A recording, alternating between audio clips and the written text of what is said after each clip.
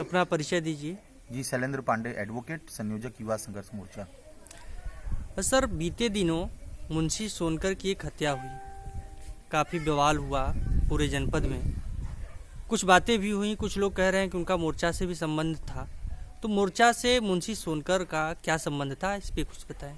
ये घटना 17 अक्टूबर 2019 की है, जब हमको पता चला कि एक पुलिस की प्रताड़ना का एक परिवार शिकार है। तो हम लोग उस मौके पर गए, मुंशी सोनकर के परिवार से मिले। मुंशी सोनकर की मां नहीं थी, पिताजी 8 महीने से जेल में थे। हमने उन कारणों का पता लगाने की कोशिश की कि आखिर ऐसा हुआ क्यों है। उस कारण में जो हमको पता चला कि कुछ बलुआ पुलिस के एक दरोगा की वजह से वो झगड़ा क्रिएट किया गया था और दोनों पक्ष 50-60 लोग मुंशी सोनकर के घर पर हमला किए, उनके घर तोड़फोड़ कर दिए थे। उसके बाद हम लोगों ने जो है उस पूरे मामले को जब समझा तो पुलिस ने एक मामले में मुंशी सोनकर के ऊपर मुकदमा लिखवा दिया और 2-3 मुकदमे उनके ऊपर फर्जी लाद दिए। तो फिर मुंशी सोनकर से मैंने कहा कि समाज में जीने के लिए आप एक सामाजिक कार्यकर्ता की तरह रहिए। हम लोगों ने एक राह दिखाने का प्रयास किया, क्योंकि उम्र कम थी और हम नहीं चाहते थे कि कोई भी ऐसा नौजवान जो दलित वर्ग से संबंध रखता हो, जिसके पिता सब्जी बेचते हो और पुलिस उत्पीड़न के चक्कर में वो बड़ा माफिया या गुंडा बन जाए। हमने तत्कालिक एक एसओ साहब को वहाँ फ़ोन भी किया कि आप ये लड़का सुधरना चाह रहा है, इसको थोड़ा सा सुधारें, लेकिन पुलिस मानी नहीं। पूर्व थाना अध्यक्ष महोदय ने उसको बुला करके उसे परिचय करके उसको जबरदस्ती, मेरे पास उसके साक्ष्य भी हैं, उसको कट्टा लगा करके जेल भेज दिया गया। मतलब वो व्यक्ति सुधरने का प्रयास करता रहा, उसके ऊपर फर्जी मुकदमे जाते रहे। ऐसी परिस्थिति में कोई भी व्यक्ति का मनोबल टूटेगा, लेकिन फिर भी वो दलित लड़का, बहुत कलेजा का लड़का था, वो खड़ा रहा। अभी जो पता चला कि उसकी हत्या हुई है, हम लोग बहुत ही शोकाकुल हैं इस विषय को लेकर के। हमारी पूरी संवेदनाएं परिवार के साथ है। ऐसी परिस्थितियों में जो अपराध नियंत्रण का जो विषय है, तो उत्तर प्रदेश सरकार से हम मांग करेंगे कि एक ऐसे थानों का निर्माण किया जाए जहां पे कोई व्यक्ति अगर किसी परिस्थितियों वश अगर या तो अपराधी बन जा रहा है या तो कुछ कारण उसको अपराधी बना दे रहे हैं या उसके ऊपर 1-2 मुकदमे हो जा रहे हैं, फिर उसको गुंडा एक्ट में फंसा दीजिए, फिर कोई ना मिले तो उस पर गैंगस्टर लगा दीजिए।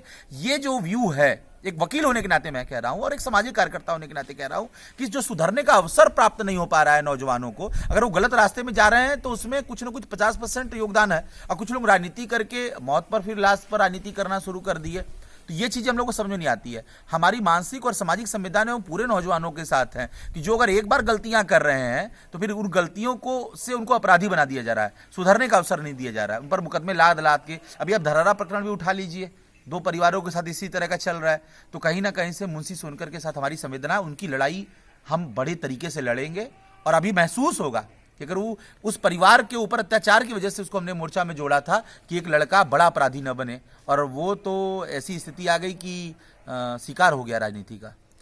एक बात और होती है कि जैसा आप बता रहे हैं कि अपराधी प्रवृत्ति का था, उसकी हत्या के तुरंत बाद पुलिस की तरफ से बयान आया कि वो एक हिस्ट्री सीटर मारा गया है। और वो किस तरह से मारा गया? हिस्ट्री सीट का मतलब क्या होता है? जिसके ऊपर 5-7 मुकदमे हो गए, 6 मुकदमे हो गए तो हिस्ट्री सीट हो गया। तो मैंने आपको मुकदमे के कारण बताए ना कि मुकदमे कैसे लादे जा रहे थे। होता क्या कि एडीजी आईजी लेवल से एक प्रेशर बनता है कि कुछ करके वर्कआउट दिखाओ। तो वर्कआउट में पुलिस क्या करेगी? जिसके ऊपर 2 रहेगी उसको 3 कर देगी, जिसके ऊपर 3 मुकदमे रहेंगे उसको 5 कर देगी। कोई नहीं मिलेगा तो इसी तरह से वर्कआउट होता है। पुलिस ये बात अच्छी तरह से जानती है कि वो गलत कर रही है, लेकिन वो पुलिस की एक मजबूरी है। और हम सरकार से इसलिए मांग कर रहे हैं कि एक ऐसा थाना खोले कि जहां पर वो व्यक्ति जाए और काउंसलिंग हो।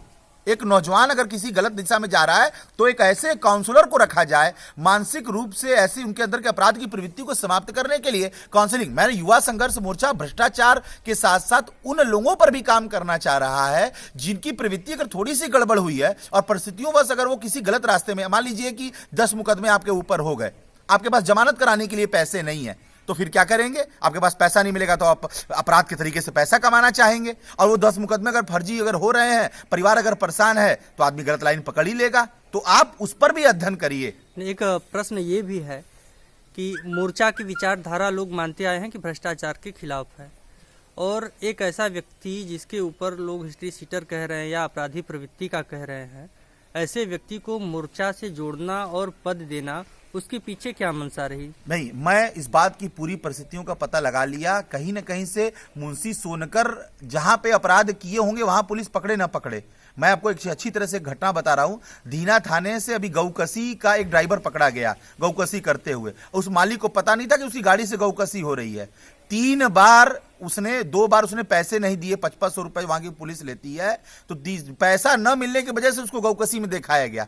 तो अपराध को फर्स्ट डे से ही क्यों नहीं रोका जा रहा है, ये एक विषय जरूर बनता है कि वो अपराध आप कराते रहिए और जब आपका पेमेंट न मिले तो आप उसको अपराधी बना दीजिए। तो ये उकसाने वाला जो काम है, मैंने आपसे बार बार कहा ना काउंसलिंग, और मैं कोई नौजवान कोई मनसा अपराधी नहीं होता है, वो विधि भी परिस्थितियां कुछ कहती है इसको लेके, शायद विधि में भी कोई नियम है हाँ। कि अपराधी शायद अपराधी नहीं होता, उसकी देखिए हम वृत्ति। किसी पापी व्यक्ति को नहीं, पापी के अंदर के पाप को मारने का प्रयास करेंगे, और जब तक एक सामाजिक संतुलन हम नहीं बनाएंगे और समाज में सकारात्मक व्यक्ति को लेकर के, तो मैं एक सकारात्मक पहल कर रहा हूं, और वो मेरी लड़ाई भ्रष्टाचार के अगर खिलाफ है, तो किसी भी व्यक्ति के अंदर अगर भ्रष्टाचार आ गया तो उसको सुधरने का हम लोग मौका देंगे। अगर कोई व्यक्ति अगर समाज के प्रति अच्छा काम करने के लिए अगर जागरूक है। एक इंडिविजुअली आप एक तरीके का प्रश्न खड़ा कर रहे हैं, प्रशासन के ऊपर आरोप लगा रहे हैं कि वो अपराधियों को पोषित करती है अपने स्वार्थ के लिए, हाँ। और उनको बाद में जिससे स्वार्थ सिद्धि नहीं होती उसके खिलाफ हो जाती है।